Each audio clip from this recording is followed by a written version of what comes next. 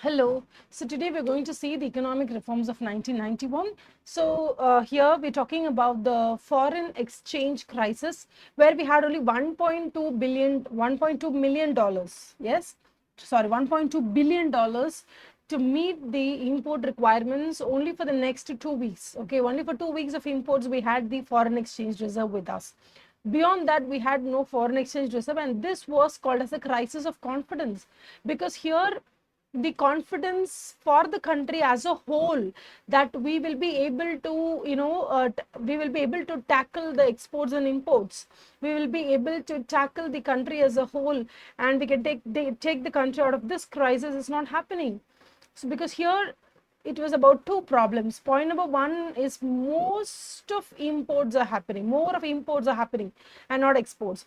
Since India was concentrating on development of infrastructure like railroads or roads, building dams, bridges, etc., etc., for the because we were concentrating on the basics of an independent country. And here there is not much for exports.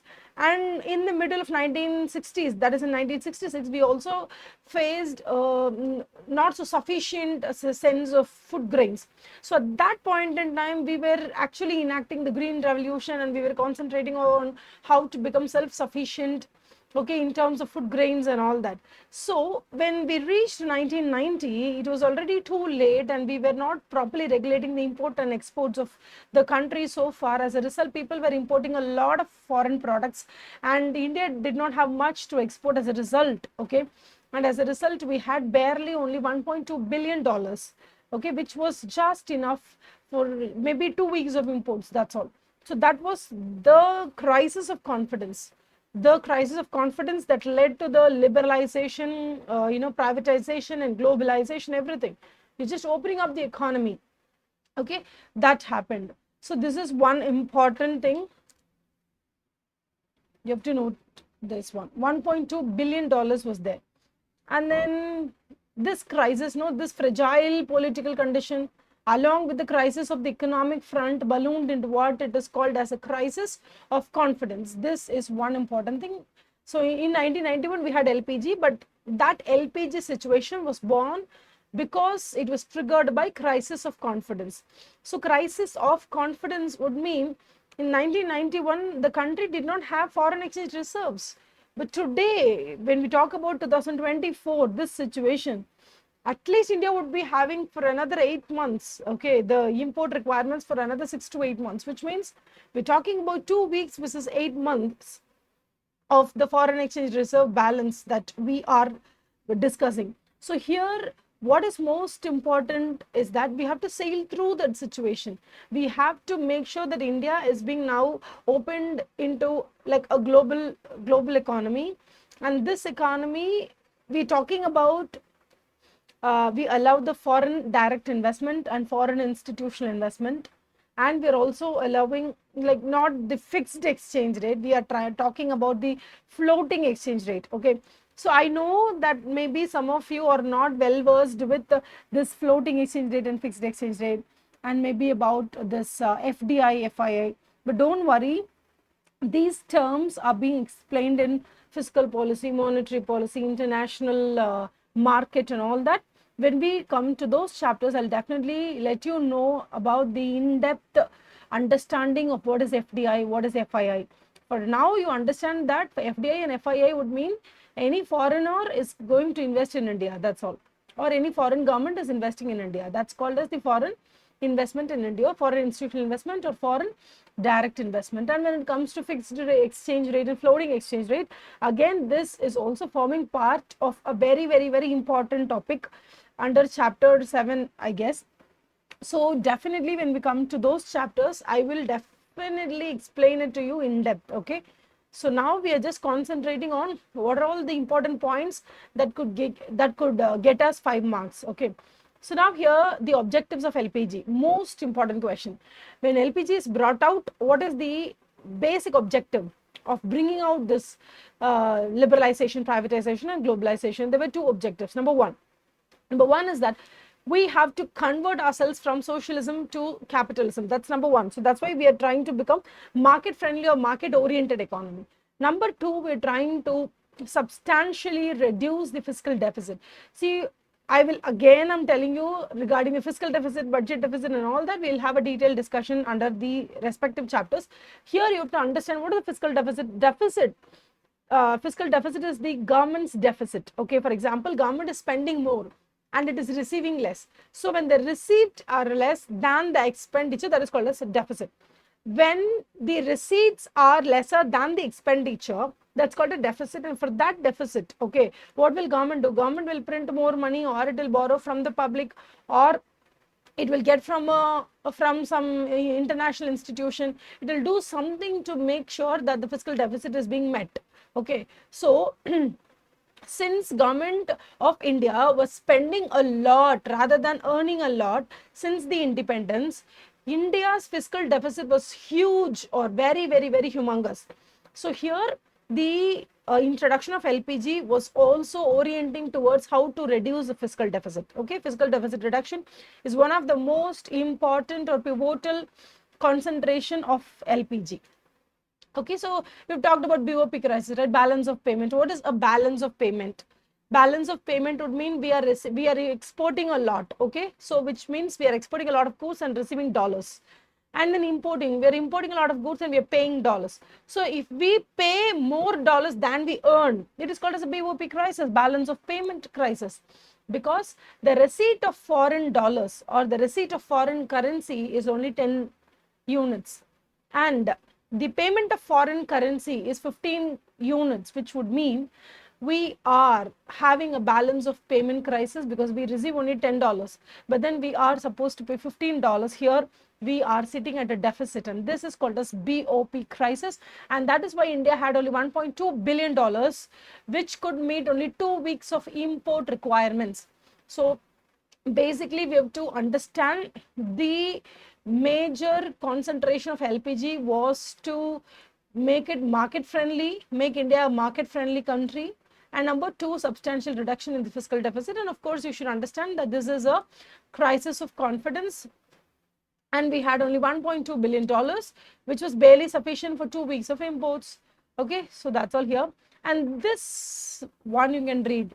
You might get in the examination. Okay, the policies can be broadly classified into number one, stabilization measures, which were short term. So short term measures are called as stabilization measures, okay, which address the problems of inflation, adverse balance of payment, etc., etc. And the second type of policy is that the structure, because see, for example, if I have a fever, the doctor will prescribe a medicine to reduce my fever. Okay, that is a short-term stabilization measure. But beyond that, the doctor has to find out what caused fever in my body, which means here there has to be a structural reform. There has to be a structural reform in my body which will tackle the fever problem. So here structural reform measures which are long term and of continuing nature aimed at bringing in productivity, blah, blah, blah, blah, blah, competitiveness by removing the rigidities and bringing in flexibility, blah, blah, blah, everything.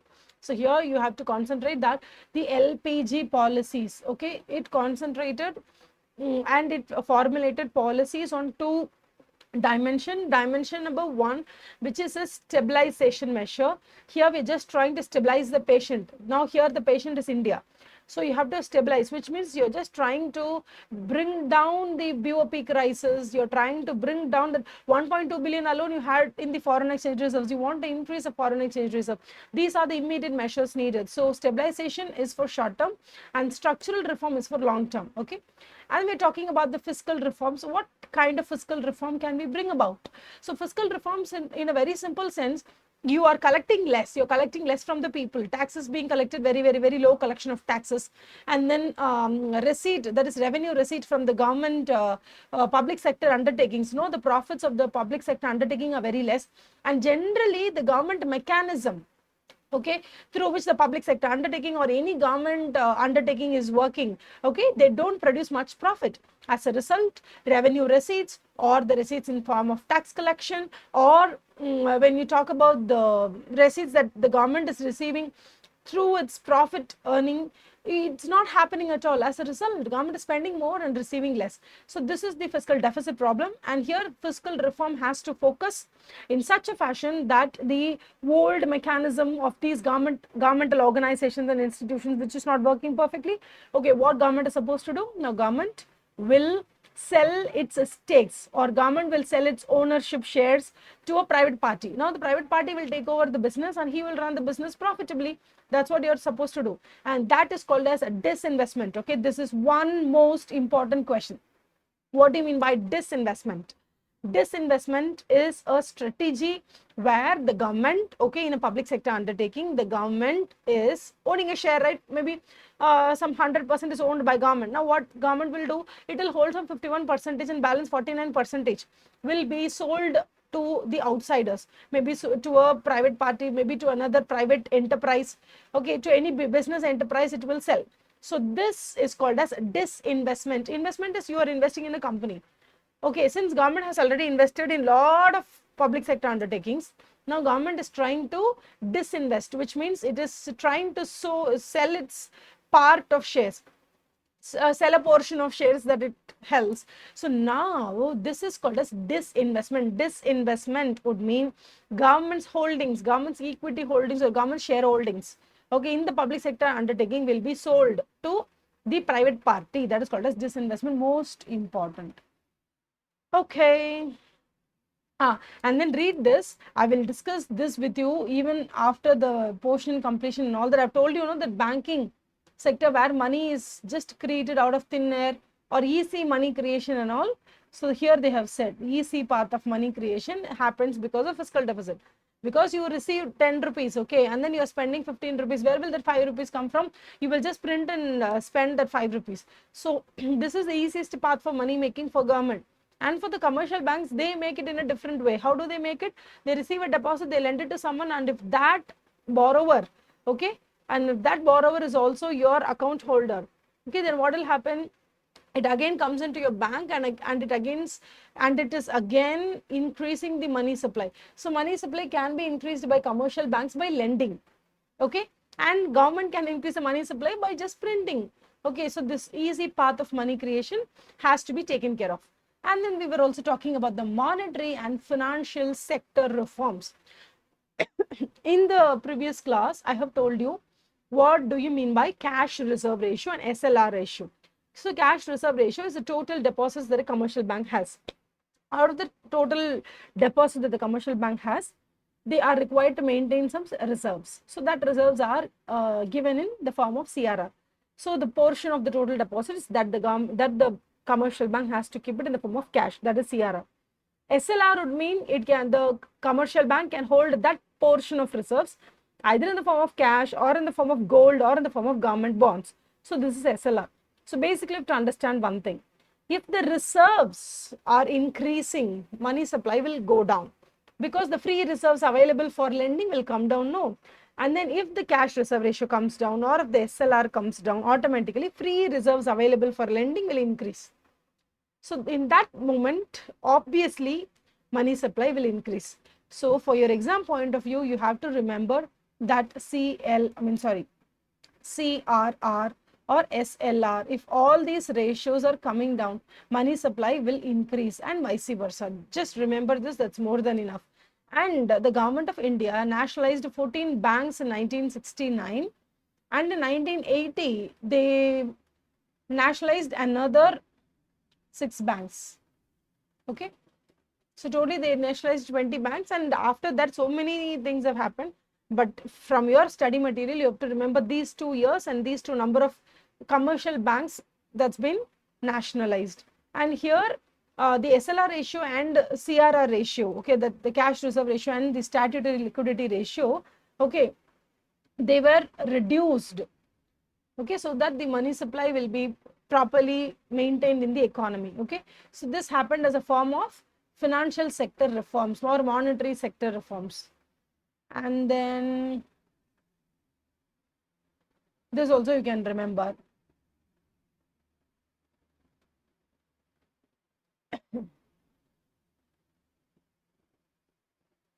So hitherto, that is before Narasimhan Committee, okay, before Narasimhan Committee, the commercial banks did not have a column for provisions for bad debts. So after Narasimhan Committee's recommendation, commercial banks were required to introduce income and provisions for bad debt. Okay, disclosure. Okay, they brought in the classification of asset, disclosure of income, and provision for bad debts. Okay, this you can remember. I don't think how far this will be, changed into a question pattern, but then it's a very important thing. Narasimhan Committee brought out the recommendation to bring the provisions for bad and doubtful debts. Okay, bad debts. And then reforms in capital market. So what's a capital market? Where you can go buy and sell the shares and bond. Okay, that is called as a capital market. So this capital market regulator is SEBI. Okay, so the SEBI was introduced in the year 1988. 1988 was the year SEBI was formed, and in 1992 it got its statutory approval. So it's 1988 was its introduction. Okay, 1992 it got its recognition. That's all. And then what is this new, and you can read the full form of SEBI. What is it? Securities and Exchange Board of India. Securities and Exchange Board of India. Then we have the new industrial policy introduced by the government in the year 1991. New industrial policy. Of course, this is for deregulation. You know what is regulation and deregulation? Regulation is to put a lot of pressure on how to maintain a particular process. That is regulation. Deregulation would mean we are just liberating them. We are just loosening all the regulation. We are just loosening the hold that we have over the process of anything. So here, whenever new industrial policy or new monetary policy, fiscal policy, any reforms are happening in India, or any reforms were happening in India in the 1991 series, always it relates to deregulation, because since 1947 until 1988, okay, everything was about regulation, restriction.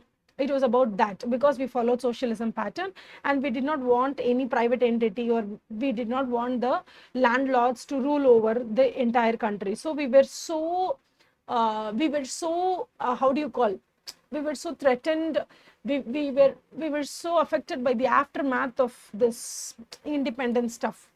So we always wanted a socialism approach, but after a lot of analysis and going through a lot of experiences because of the decisions taken, we came to a conclusion that yes, a complete socialism is not going to work for this country. So we really have to mix some kind of socialism, some kind of capitalism and all that. And really we have to allow the private and the public partnership to flourish, to bring the country out of this crisis of confidence situation. Okay. And then, of course, the new economic policy is also telling you that they had a lot of industries. Okay, almost all the industries was kept only under the government control or the government ownership. Okay, but today if you see, and they are giving, only 5 industries were finally kept with government, but today there are only 2 industries, and those 2 industries are not fully occupied by government. Okay, there also private entities are allowed for investment. What are those 2? Finally, we have only 2 things for government. Okay, one is atomic and the other one is railways. And in railways also, majority of the operations are given to private entity. For example, IRCTC and all, private and public partnership only, everything is. Okay, so here they are saying that 5 sectors here which were kept for government, completely 100% government. What are the? Arms and ammunition. Remember, this arms and ammunition is nothing but defense. Okay, atomic, of course, alcohol, cigarette, that's all. And then what else? Hazardous chemicals and distillation, hazardous chemicals. So you have this drugs and chemicals, alcoholic drinks, cigarettes, and ammunition, and this atomic substances. But today we have only 2 sections, that is atomic energy and railways. Okay. So public sector was limited to 8 sectors based on security and strategy grounds. Subsequently, only 2 items remained, which is railways and atomic energy. So these would not form a great part of examination. Just remember this railways and atomic energy. In fact, this arms and ammunition, which can also be called as defense, no, this is also privatized. For your information, I'm telling you. Okay.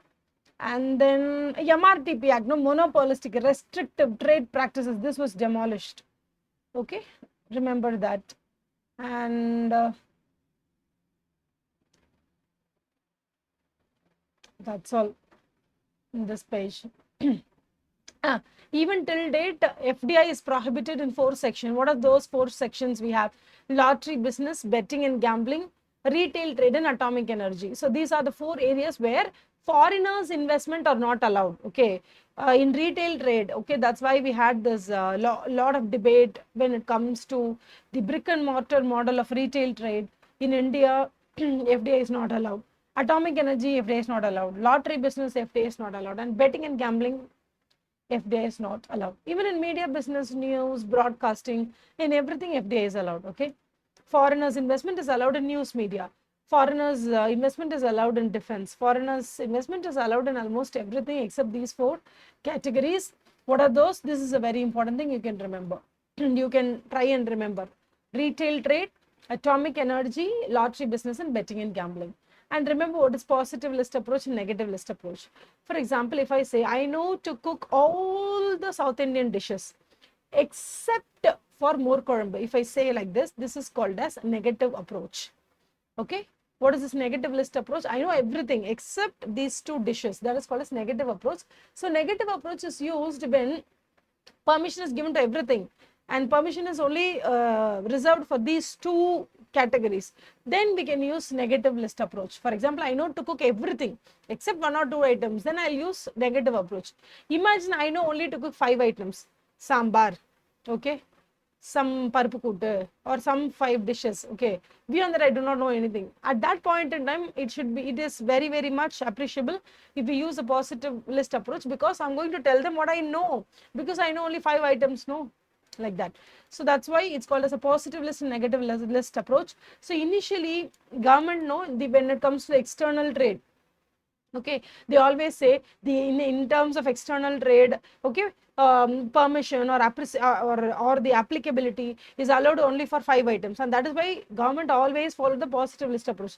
But after this 1991 reforms, so what it did was the applicability or the permission is allowed for everything except these 2. So that's called as negative list approach. So when you're going from positive list to negative list, it means you're deregulating the country, you're deregulating the organization, like that. Okay.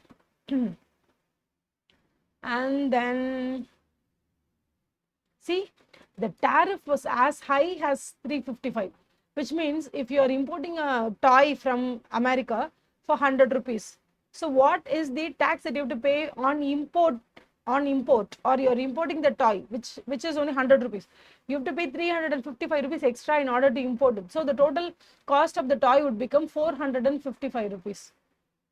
That's called the tariff for the importance. So don't worry, we have the international trade as a specific chapter.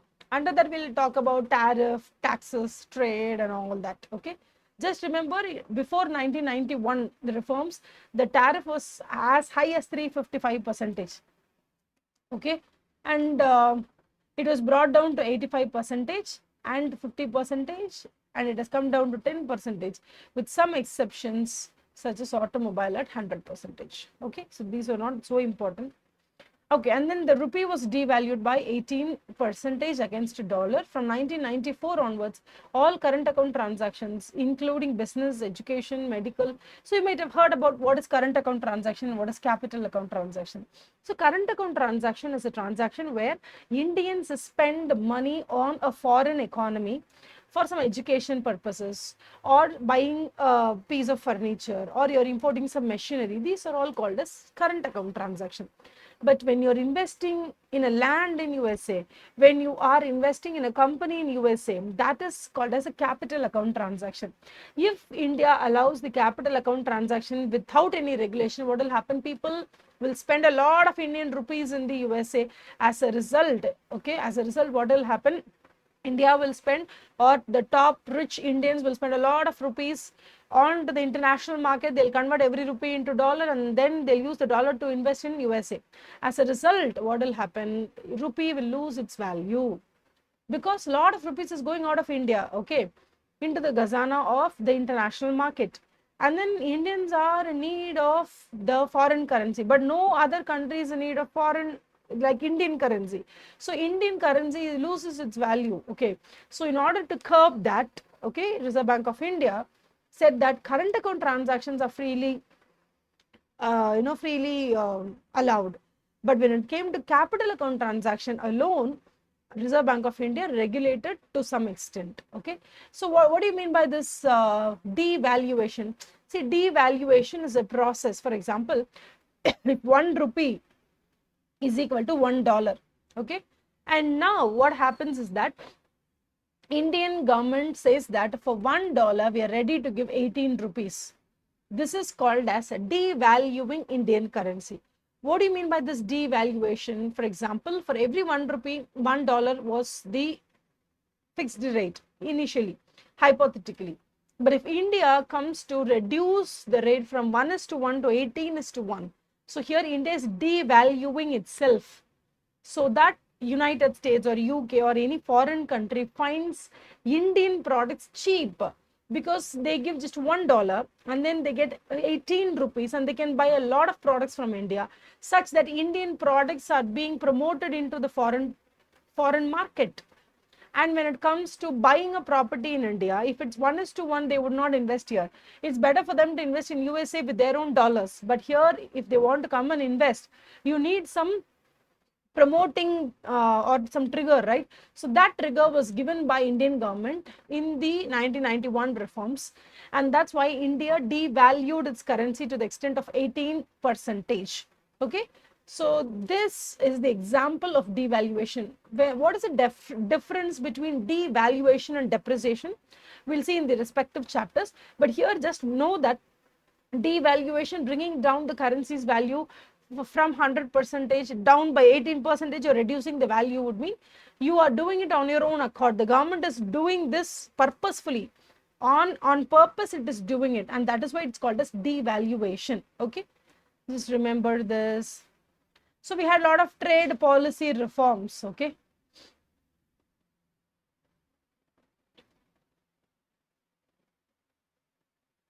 all these are just, you can just read, you can just give it a read, that's all. That's more than enough.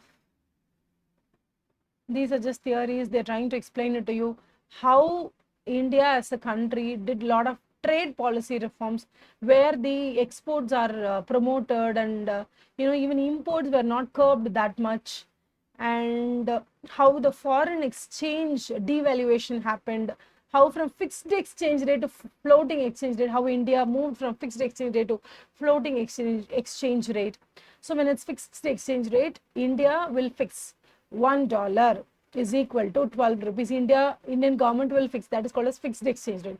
Floating rate would mean the rate of $1 is equal to some 90 rupees or 100 rupees is based on the floating rate, where free availability of dollars and rupees in the open market, where people are allowed to buy and sell dollars and rupees. So based on the demand and supply of dollars and rupees, the rates are fixed. Suppose if the rates are fixed at 120 and Reserve Bank feels that, oh my God, this is too much of devaluation or depreciation, I will not allow that. So then Reserve Bank of India will interfere and it will sell a lot of dollars that it has with it in the reserves. It will have a lot of reserves, right? We have talked about the Indian government had only $1.2 billion for 2 weeks of import.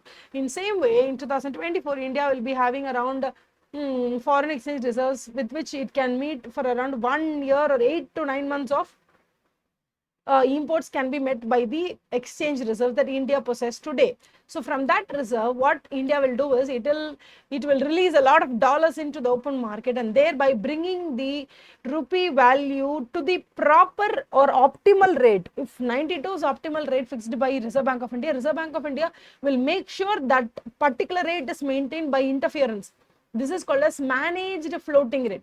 If Reserve Bank of India is not at all, interfering, then it will be a free floating. Free floating is not safe at all, because of frenzy situation, because of some some uncalculated situation, people might, do lot of import activities or a lot of investment activities in foreign countries, and the foreign exchange, okay, or the foreign currency might be high in demand. So in order to nullify those effects, okay, Reserve Bank of India will definitely interfere, and it will bring the price back to the optimal situation, and that is why it's called as a managed floating system. It's not so important for the exam point of view, but then just know for the sake of understanding. And then they're talking about how private institutions are given prominence after the reforms. See, information technology and financial services has kept the service trade surplus around 3.7 percentage.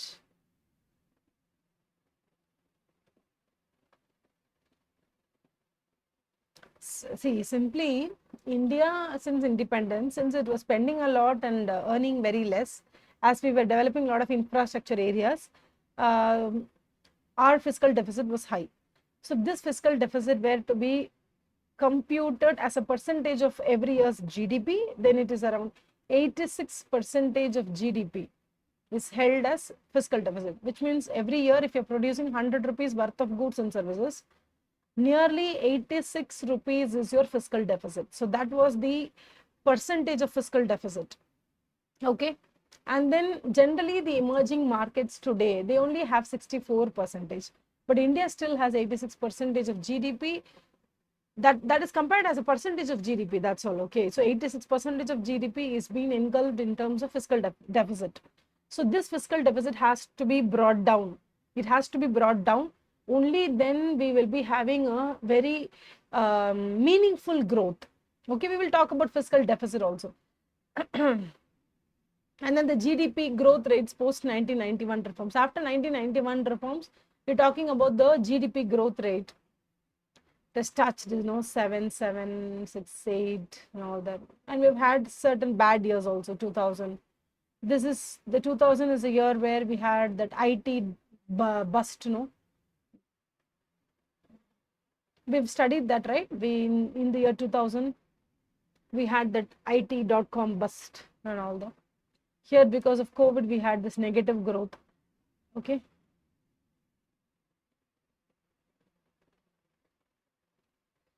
Yeah, Niti Aayog is National Institution for what? Transforming India. Niti Aayog replaced the Planning Commission, and this was brought to you in the year 2015, January 1. Okay, for the ease of our remembrance, the day is fixed on New Year. Okay, January 1, 2015 was the day when National Institution for Transforming India, that is Niti Aayog, was brought into existence, and their objective is what? Innovative thinking, or the think tank as they call it. And they want a cooperative federalism where the state government and the central government together, okay, shoulder to shoulder, they want to, with cooperation, they want to develop. Okay, so it is also called as a think tank of the government. So what are the three keywords? Think tank of government.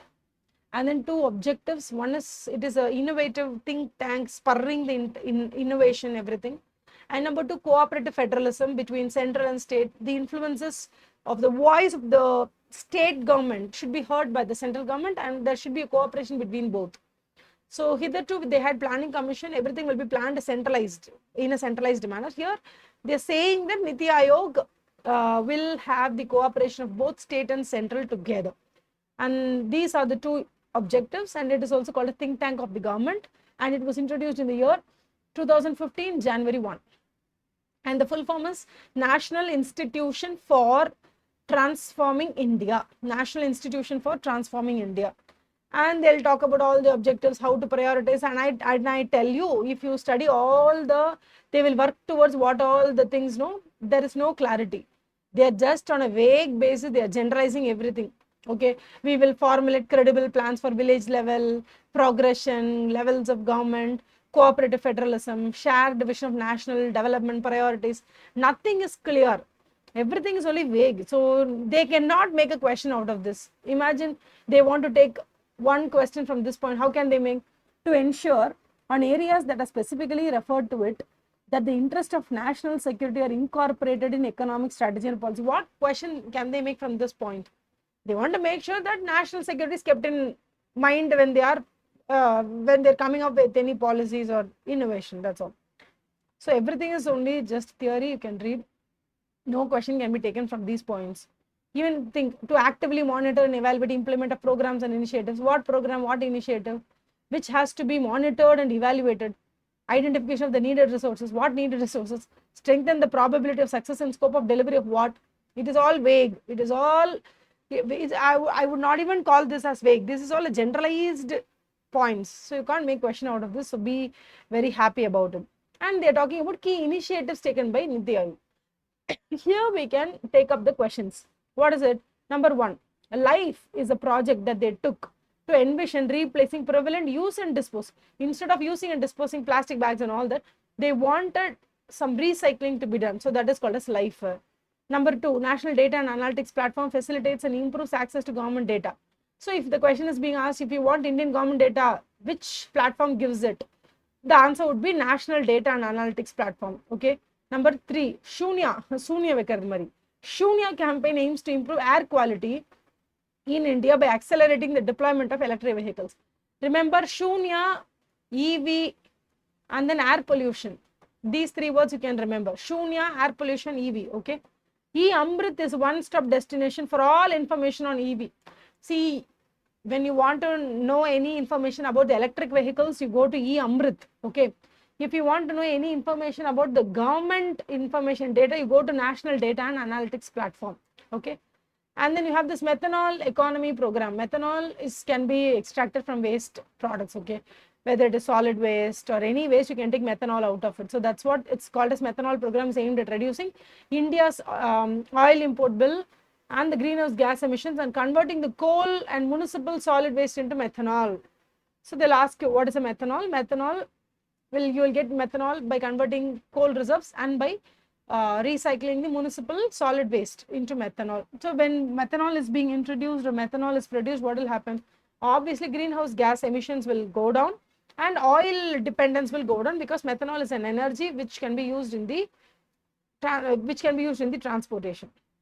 And then, okay, here we are talking about transforming India's gold market. Okay, this is a policy, transforming India's gold market, constituted by Niti Aayog, recommend measures for tapping into the potential of the sector and provide a stimulus to exports and economic growth.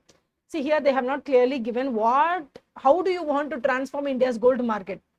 Okay, they have simply said that transforming India's gold market is a project taken by Niti Aayog.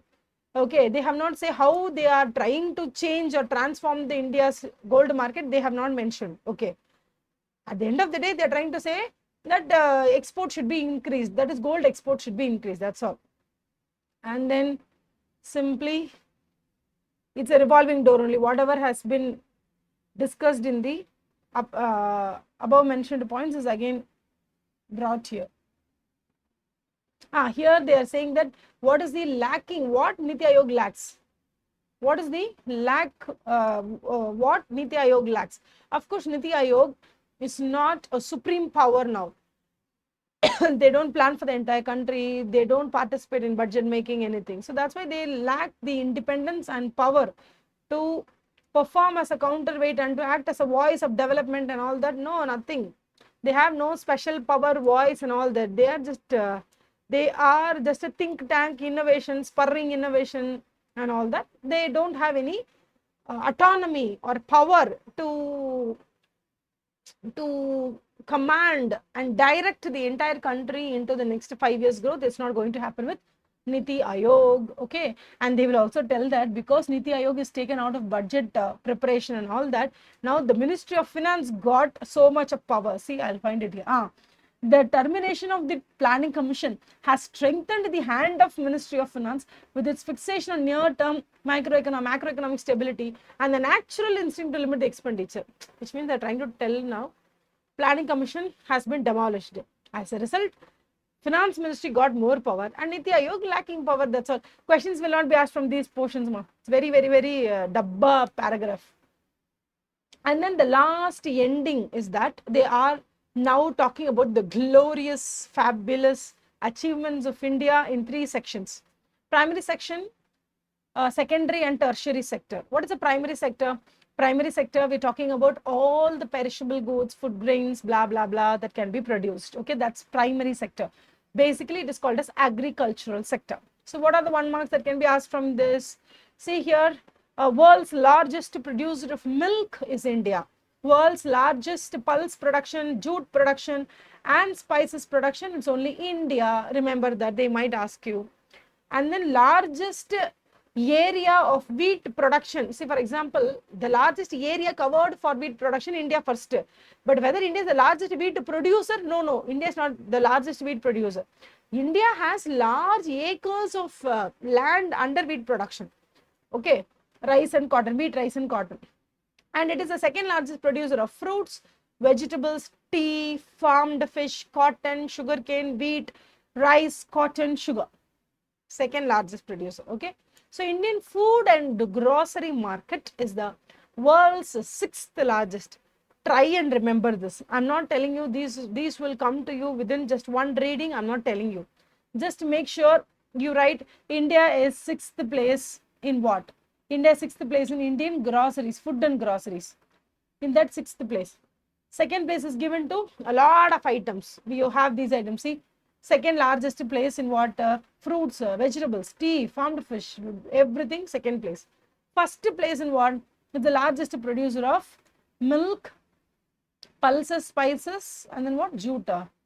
Pulses, spices, and jute. For all these things, they are number 1.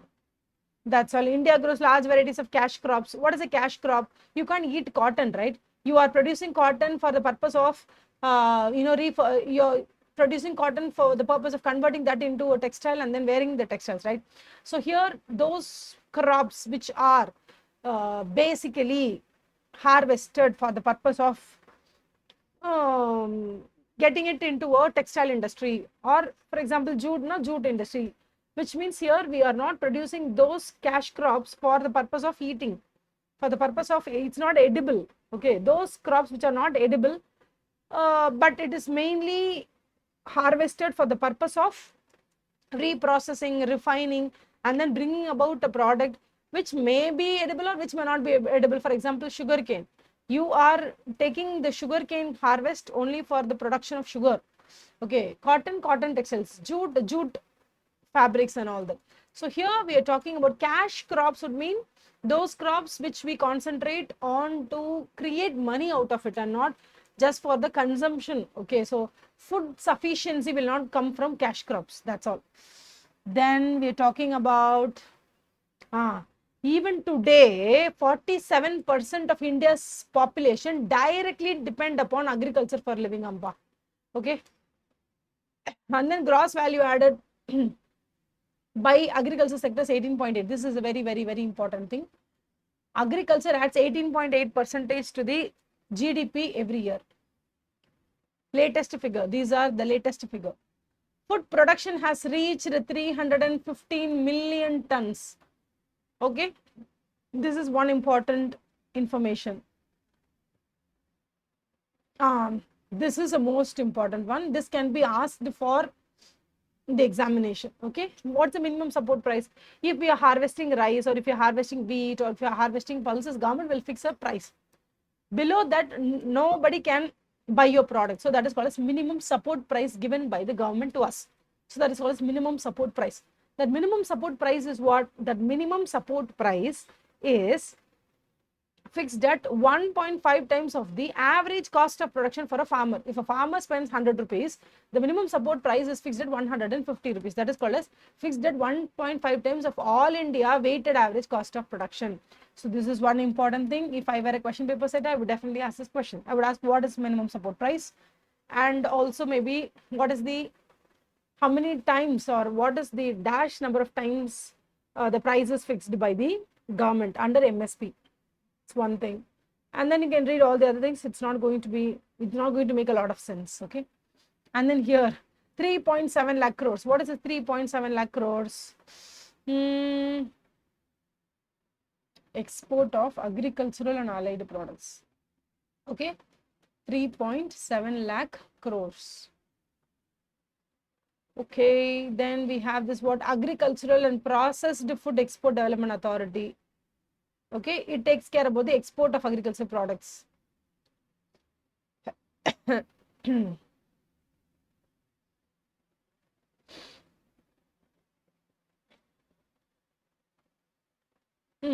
These things you can remember, you can try and remember. Okay, income support for farmers through PM Kisan, and then fixing minimum support price at 1.5 times of cost of production. This we have already discussed. No, second time we're discussing. And then institutional credit, no, not very important. Launch of national mission for edible oils. Question cannot be asked, because if they say national mission for edible oils, what question can they ask? Pradhan Mantri Fasal Bima Yojana. Remember, Fasal Bima Yojana is related to insurance sector. That's all. Novel insurance scheme for financial support to farmers suffering crops, and this can be asked as a question. Mission for integrated development of horticulture, for the holistic growth of the horticulture sector. This might be asked as a acronym, like abbreviation. They'll ask you MIDH, what is the full form? Mission for integrated development of horticulture. And then soil health cards, no question can be asked. And then Paramparagat Krishi Vikas Yojana, Parampara, okay, remember generation by generation, organic growth, okay.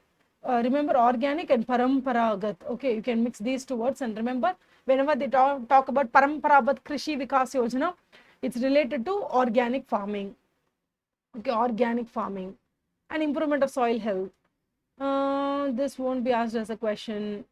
Promotion of farmer producer organization to ensure better income for the, okay, probably this might be asked, but not so important one. FPO, farmer producer organizations to ensure better income for producers through an organization of their own. And this one is very important. Per drop, more crop. Every drop of water is important. So every drop of water that is consumed by the plant should be resulting in more crop. Okay. So this per drop, more crop aims at efficiency only. Okay. And then setting up micro irrigation fund cannot be asked as a question. Initiative towards agricultural mechanization cannot be asked as a question. E-NAM, a pan-India electronic trading portal, which networks the existing APMC mandis.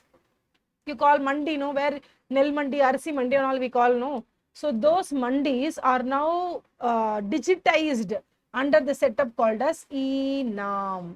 This is a very, very, very important question. Okay. And then Kisan Rail for improvement of farm produce logistics. Of course, Kisan means farmer, rail means railways.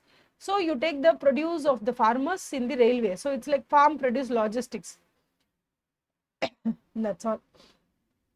Nothing else. Everything is only Chumma theory only you can read. Sluggish agricultural diversification, high price war. No questions can be asked from these points. You can just give it a read.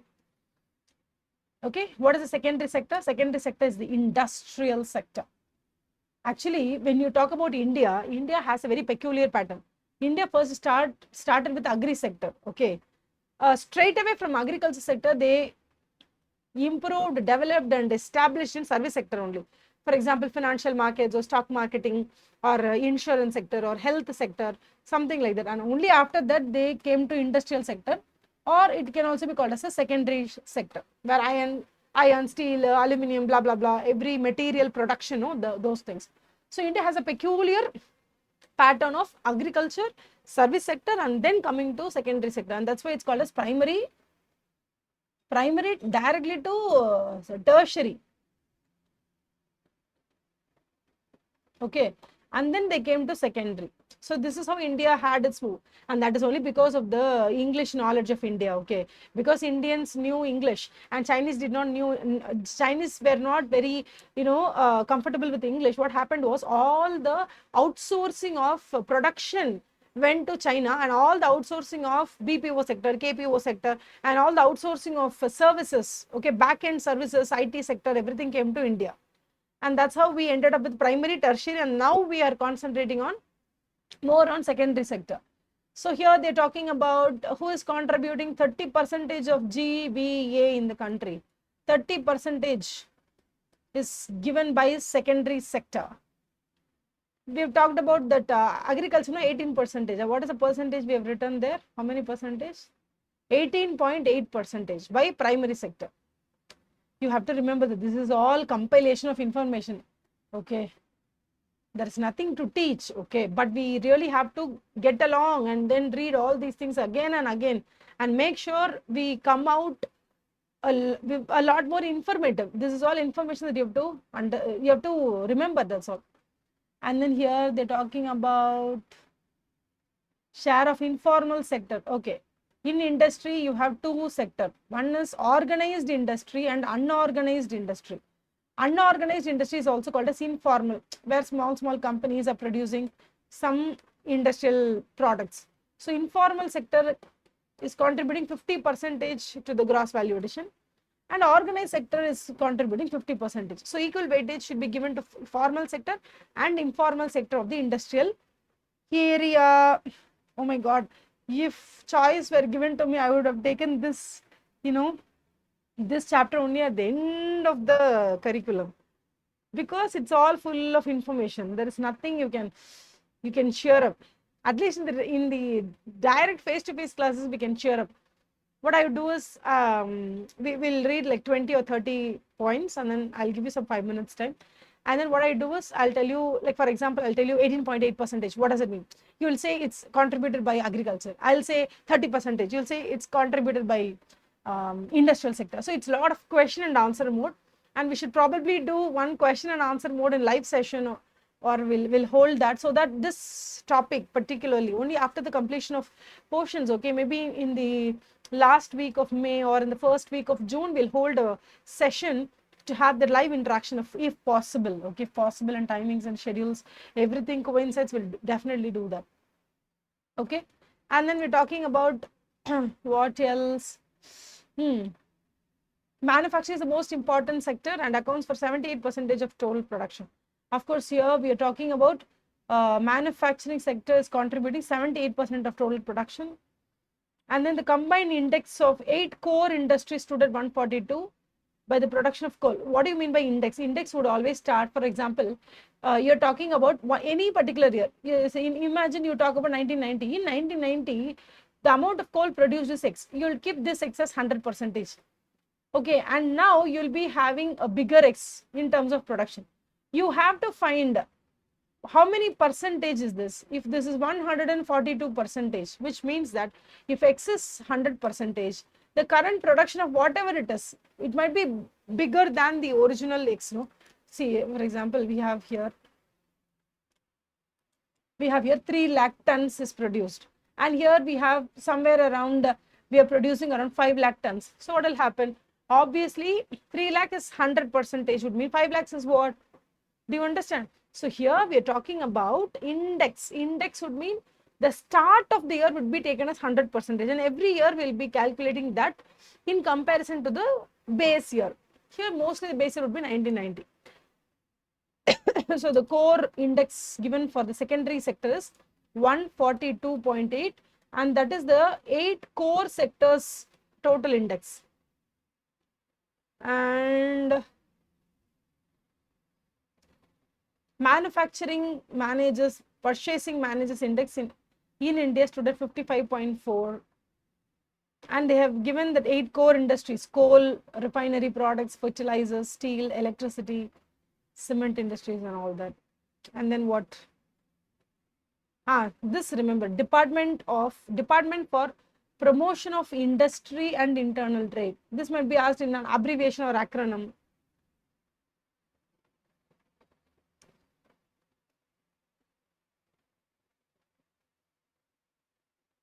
So we had this GST introduction on July 1, 2017.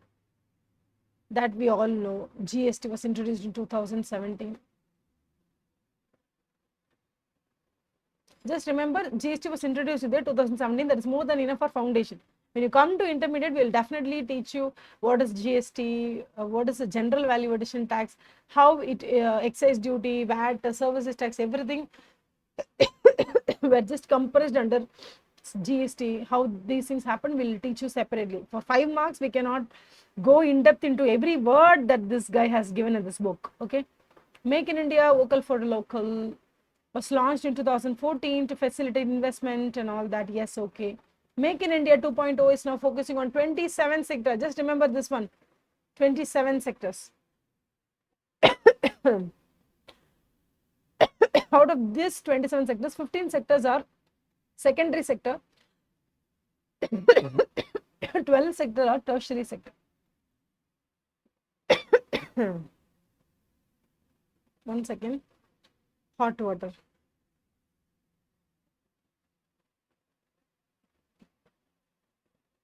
Ease of doing business. This one, 22% is the flat rate at which tax can be paid by any corporation, provided no other relief would be provided to them. No other favors would be done to them. That you will study when you come to learn about the taxation and all that. What do you mean by exemption? What do you mean by incentive? How it's given and all that. But for now, know that 22% is the offer rate given to all the corporates to follow, for the domestic companies to follow, right? Okay, for Pepsi, Coke and all we cannot give. For domestic companies only we can give, bro. Foreign companies and all we cannot give. So doing business, ease of doing business with the key focus areas. A simplification of procedures, rationalization, blah, blah, blah, blah, blah, blah, blah, blah. India ranked 63 World Bank or annual doing business report 2020. See, the ease with which a company can do business in India. Okay, for that there is a rank. In that, the current rank for India is 63rd rank. Just remember that, that's all. This rank is released by World Bank and the report name is Doing Business Report. Doing Business Report. Okay, and it is 63rd rank. Remember this.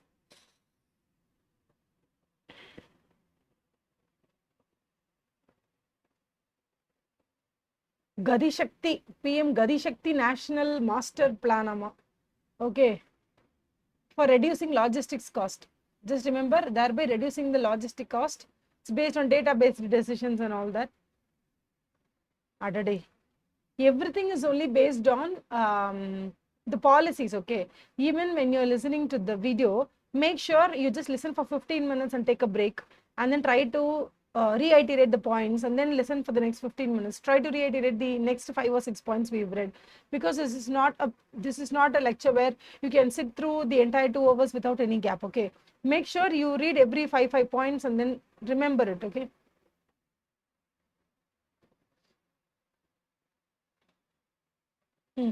Production linked incentive, okay? The under the scheme Atmanirbhar was given to 14 key sectors.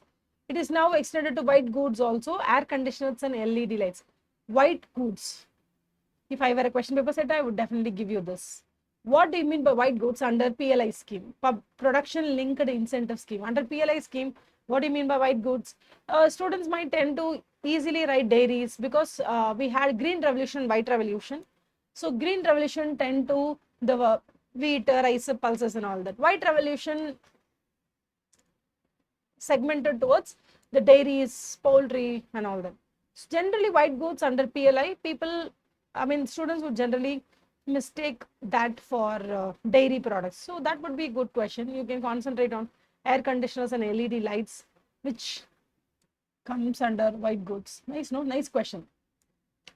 And then what? Plug and play. What do you mean by plug and play? You go to, you just take a train, okay? You enter into train, you get your berth. Easily you can charge your phone because there is a plug and play model. You need not go and build anything from scratch for charging your mobile phone. In the same way, there is an industrial corridor built by the government of India so that any company who is walking into that corridor and occupying their factory or occupying their office over there, they can instantly plug and play and operate there. They need not build everything from scratch, and that is called as plug and play, which is readily available for you to operate. Okay, and then FAME, very important, faster adoption and manufacturing of hybrid and electric vehicles. FAME, very, very important question. FAME, because this FAME would mean, generally there are questions asked in the book bag where they say FAME would mean that is related to India's FAME. No, it's not that. FAME is related to faster adoption and manufacturing of hybrid and EV. Hybrid is where the car will run even on petrol and on charging. That is hybrid. EV is a pure EV vehicle, electric vehicle. So FAME is related to hybrid and EV. Udyami Bharat, okay, aims at the empowerment of MSME, micro, small, medium enterprises. Udyami Bharat, okay. Mega integrated textile region and apparel. It's called as Mitra. Okay, it relates to textile sector. World-class industrial infrastructure which would attract cutting-edge technology and boost FDI and local investment in the textile sector. Just imagine and try to remember Mitra Textiles so that you won't forget Mitra Textiles. Okay, so Mitra would it always is related to textile sector. And then FAME is related to hybrid and EV. Okay, FAME, manufacturing of EV. Yeah, YME, that is manufacturing of EV. And then what? FDI has increased by 39% since FIS came along. Who is that FIF? Here we have, this is one important thing. What is it? Here we're talking about Foreign Investment Promotion Board we had, okay. It was abolished in 2017. And instead of Foreign Investment Promotion Board, that is Foreign Investment FIPB, instead of FIPB, they introduced a facilitation portal, okay. Promotion Board is a physical entity. Now they're talking about the facilitation portal. This portal is a online availability one. Okay, so Foreign Investment facilitation portal. Under the new regime, process of granting FDI approvals are taken care of by this FIF, and nearly 853 FDI proposals were disposed of in the last 5 years. The FDI has increased by 39% since FIF came along. Two important points. One is 39% jump in FDI, and then 853 projects signed off. Two is being established by FIF. What is it, this FIF? Foreign Investment Facilitation Portal, FIF portal. Okay. Here, remission of duties and taxes on export products 2021 formed to replace the existing merchandise exports from India scheme to boost the exports. So this is the old one. This is new one. What is the new one's name? ROD ROD TEP TEP ROD TEP. Okay, this is 2021. It was introduced in the year 2021, and the old scheme was merchandise exports from India scheme. Instead of that, we now have ROD TEP. What else we have? Oh, we have tertiary sector also. Why even I'm getting tired, man. FAME we have completed. Rebate we have come. This one. Emergency credit line guarantee scheme. It was given to commercial banks only. For lending institutions, this was given. And the national logistics policies and all cannot be asked in questions. Startup India program acts as a facilitator for ideas and innovation in the country. India's global rank in the Global Innovation Index. This can be asked as a question. Improved from 81 to 40. Okay, 40th rank in Global Innovation Index, GIA. India's rank is 40th rank. What is the 63rd rank? We got 63rd rank in what? In ease of doing business report given by World Bank, right? 63rd. Don't worry, in the next class I will, whenever I take any other chapters, I will try and revise all these points as much as I could, okay? Emergency credit line given to whom? It is given to commercial banks or any monetary lending institutions. That's all. And then Department of Promotion of Industry and Internal Trade received FDI inflow of, recently what is the FDI inflow we had? $58 billion. According to which department? Department of DPIIT. Department for Promotion of Industry and Internal Trade. $58 billion, 58.77 to be exact. Okay, now we have come to the last part, which is the tertiary sector. Tertiary, here see, India has a unique experience of bypassing the secondary sector. Bypassing means without entering into secondary sector, we directly came to tertiary sector. Okay, that's bypassing in the growth trajectory by shift from agri to the service sector directly. So this is most important. Agri to tertiary sector, then coming back to secondary sector, ATS. Okay, and they're telling you what are all the service sector in which India is very prominent, established, successful and all that. Permai Pithikirango. Then service sector refers to the industry producing intangible goods. You know what is the service sector? No?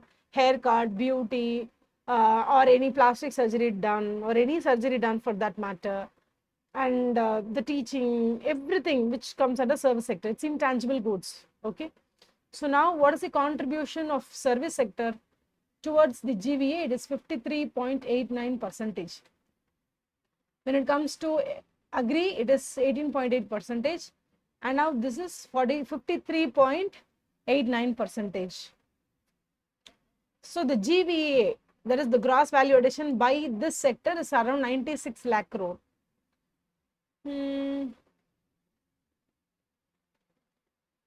Just see here, India is among the top 10 WTO members in service exports.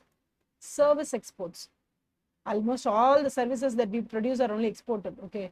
So we are mostly a service exporting country. India service export stands at 27 billion US dollar. Okay.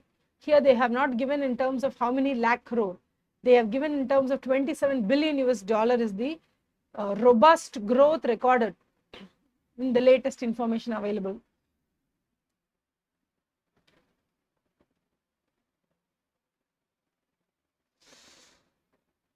And then we have Indian service sector as the largest recipient of FDI inflows.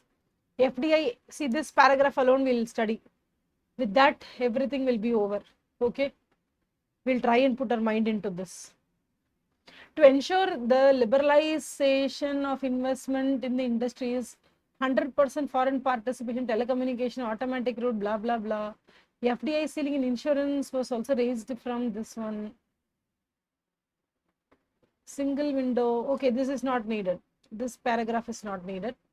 Coming to this paragraph, Indian service sector large recipient not needed. FDI equity inflows into the service sector accounted for more than 60% of the total equity flow. This is very important. 60% of all, if you are receiving $100 as FDI, that is foreign investment in India, out of that 60 is invested in service sector. Balance 40 is invested, 40% is invested in, sorry, what happened? Balance 40% is invested in agri and secondary sector. Okay.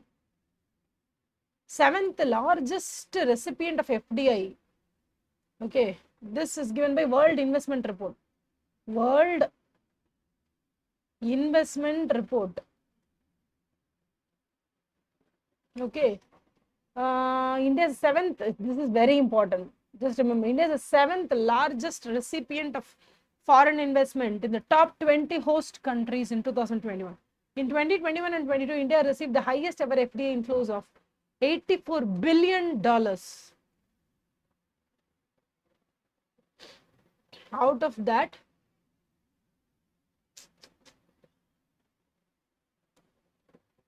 equity inflows is $7.1 billion. I think this 7th position is very important.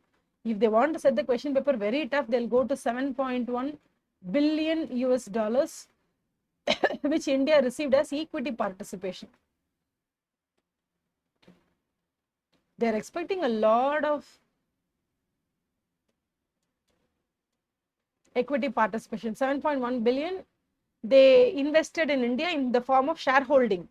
The others, they are investing here in the form of just maybe loans or borrowings.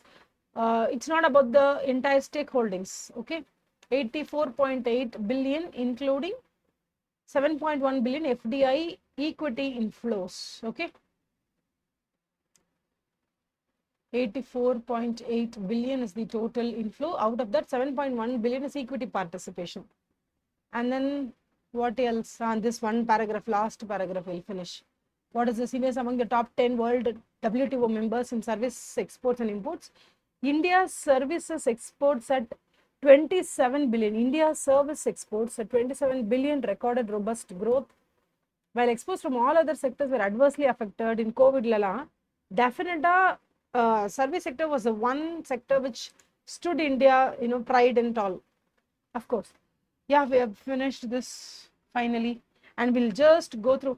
And one important thing that I want to tell you, whenever you revise any topic, from any subject, any chapter, make sure whether you have time to read the entire chapter or not, make sure to read the summary given at the end of every chapter at least 5 to 10 times. Majority of the questions are picked only from the book back summary. Okay, summary tells you which is the important portion, from which point the questions will be asked. Because since I'm teaching you, I'm telling you these are the portions from where questions might be asked. Okay, there is a person who can guide you. But when there's no guidance, when the guidance is not full, or when whatever I have predicted might go wrong, or I would have missed 1 or 2 points, and those points will definitely be covered in summary. So make sure you completely finish everything that's given in the summary. Summary is the most important phenomenon for examination. Okay. And now going back to the questions, we have some hardly 20 questions. We'll finish it today. Okay, number 1. What's the first question? The Indian industry stagnated under the colonial rule because of what? Of course, they stagnated because of the colonial rule, because Britain wanted to dump all their goods in India. Okay, and they did not want India to grow. And that's why we were stagnating. And what are the reasons given here? Indians were keen on building huge structures and monuments. Are no bullshit. Number 2, deterioration was caused by high prices of input due to drought. No, in 1947 we did not read anything regarding to drought, right? Only in 1966 we did not have food self-sufficiency. So the answer is 3, which is the Indian manufacturers could not compete with the imports because of cheap machine-made goods from Britain. Okay. Next one. The first wave of liberalization started in India in 1980s, because this is called as early liberalization. Okay. Number 3. The sequence of growth and structural change in Indian economy is characterized by what? Agri, service and industry. Nothing else matters, because here agri, industry, services, wrong. Industry, service, no, it should start with agri only. So this is wrong. All the above are correct or no? So what's the right answer? Agri, services and then industry. Merchandise exports from India scheme was replaced by, I told you, no, red, what is that? We've studied rod tep in 21, this one. Merchandise exports, no, so remission of duties and taxes on exports. 2021 and not 2019. And that is why I've marked this as very important. Because even though you know that remission of duties and taxes on export products at RODTEP, since they are confusing you with the year in which it was introduced, you have to be very clear.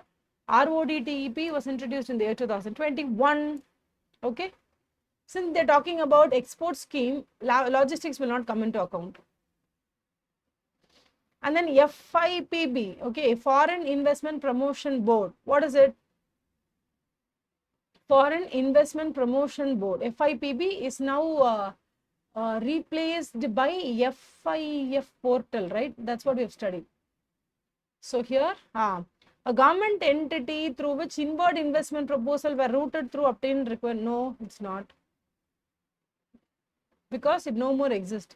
All the inward through automatic route. No, it's not. Automatic route means anybody who wants to invest, come and invest. There is no structured body to review any applications given by the foreign company. You can directly go and do business. No, that is not the case here. Every foreign proposal given to the Indian diaspora is now being reviewed by foreign, here, what is it? Foreign Investment Facilitation Portal. Okay. So this is the correct answer.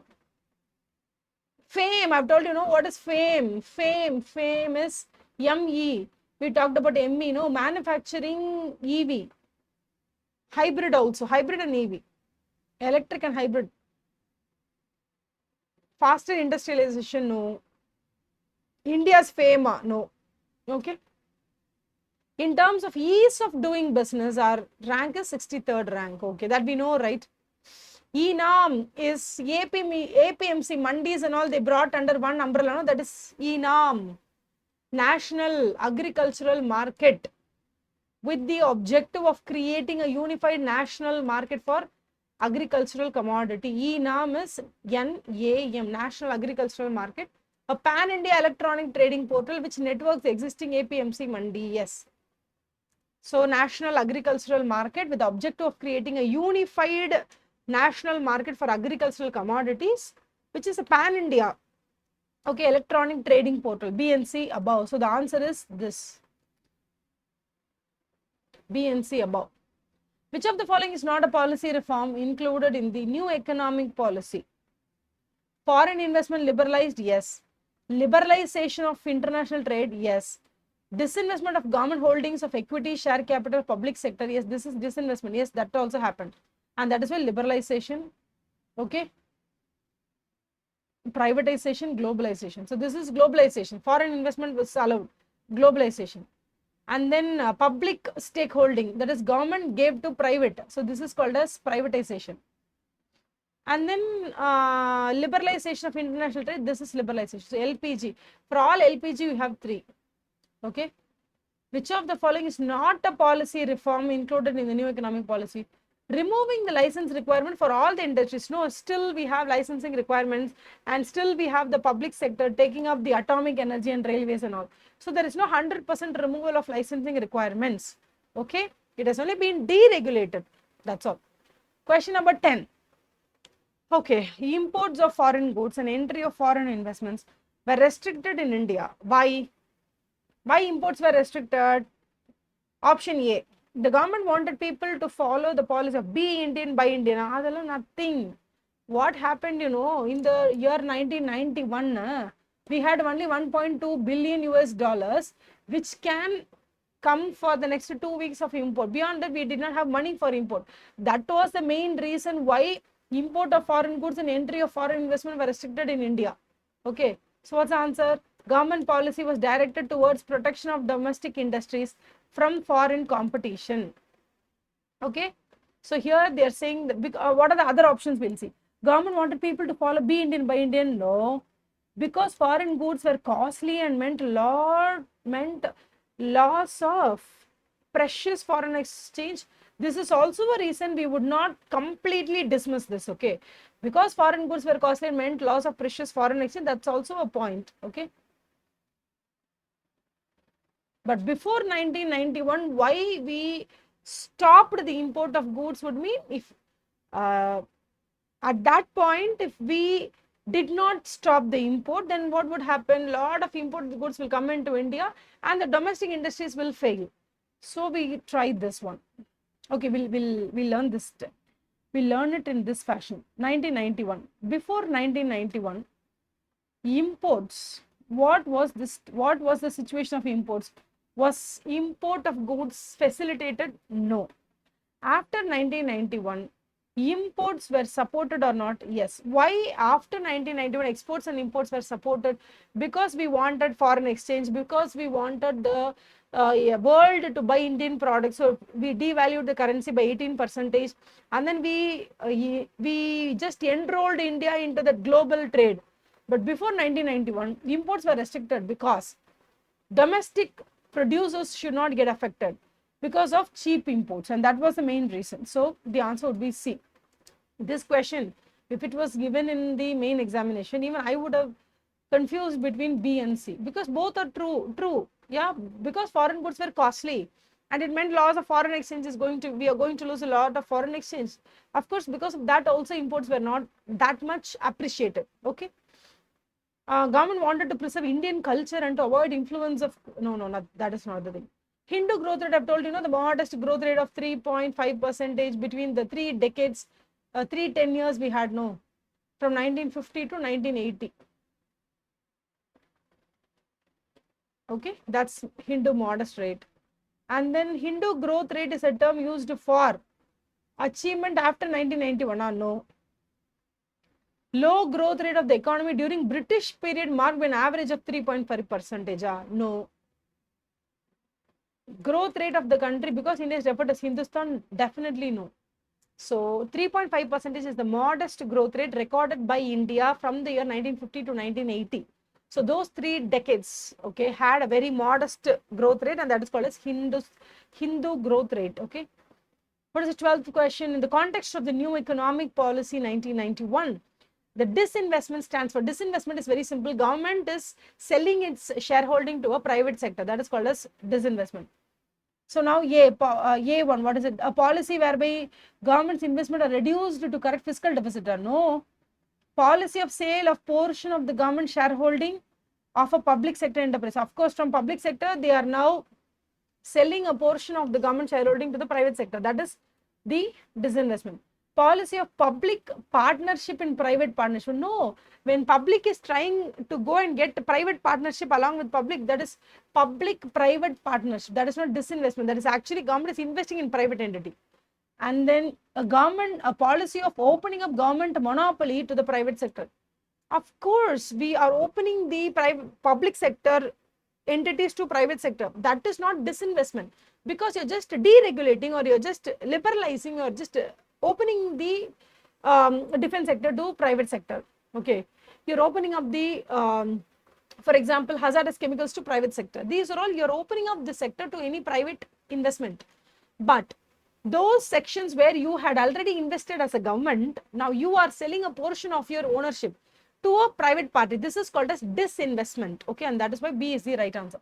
13th one, the objective of introducing MRTP was to what? The objective of introducing MRTP was to make sure that none of the private entities gets a dominant power over the market, to ensure that the operation of the economic system does not result in the concentrated economic power hands of few, to provide for the control of monopolies, yes, to prohibit the monopolistic and restrictive, yes, all of the above. Which of the following is a feature of green revolution? High yielding varieties of seeds and scientific cultivation. Okay, use of soil friendly, organic are nothing. More crops, redistribution of land to landless people are no. That is called as land reforms. Land reforms, when it happened from the zamindar, the surplus land was took away from zamindar and was redistributed to many landless farmers. That was under land reforms and not under green revolution. Under green revolution, we did not even take organic or soil friendly. No, we only took the shortcut route, which is high yielding varieties of seeds and scientific cultivation. And then diversification, horticulture. No, horticulture did not come under the umbrella called green revolution. It was only high yielding varieties of seeds and scientific cultivation. The strategy of agricultural development in India before green revolution was what? Of course, land reforms. We had only land reform before. See, regarding land, we had only two things. Number one, land should not be concentrated among few people. It has to be redistributed to many. That is called as land reform. After that, regarding land or regarding agriculture, the second reform we did was green revolution. These are the two major revolutions in the Indian history. And then we are talking about Industrial Policy Resolution 1948 aimed at what? Industrial Policy Resolution 1948 aimed at what? Market-oriented economic reforms and opening up of economy. No, in 1948 we had no opening up. A shift from state-led to private sector. No. This is 1948. We are not talking about 1991. What is D? An expanded role of private sector and limited role of public sector? No. Which means in 1948 we are talking about an expanded role of public sector, because we are talking about 1948. So here the expanded role is for the public sector, not for the private sector, because this is 1 year immediately after 1947. So there's no place for private sector. Everything was for public sector. Last two questions. The new economic policy in 1991 manifested in what? State-led industrialization or no? State-led means public involvement. That is a public, that is the government's involvement.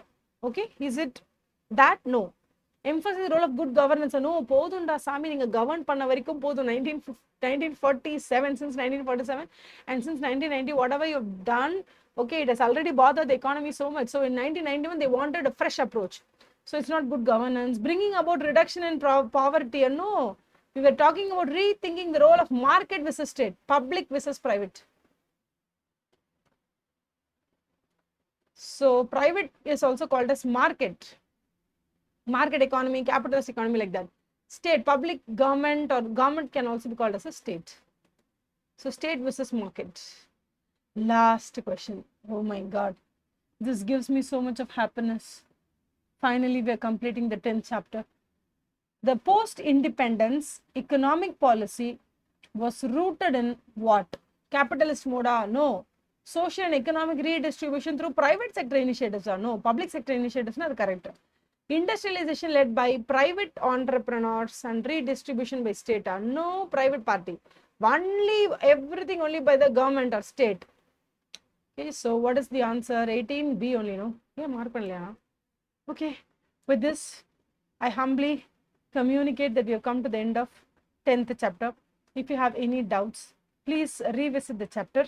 Read the chapter again and again until you find solace, until you find comfort in the chapter itself, because there's no other shortcut way to remember these things. Revise, re-revise, remember, spend 5 minutes every day to make sure that 63rd rank or 18.8 percentage in agriculture, or 53 point something percentage in service sector, everything has to be remembered, revised, re-revised. This is the only way forward. We have no other shortcut methods to finish this chapter. There is only one way, that's the direct way. You have to reiterate the chapter number of times and make sure you finish the summary first, and then if you have time and proper interest, go and read all the points I've taught you in the study material. Okay, until then, it's bye from me. Tomorrow we'll just finish the leftover portions from second chapter. Okay, unless there is any change of schedule, we'll resume with second chapter. Okay, thank you so much.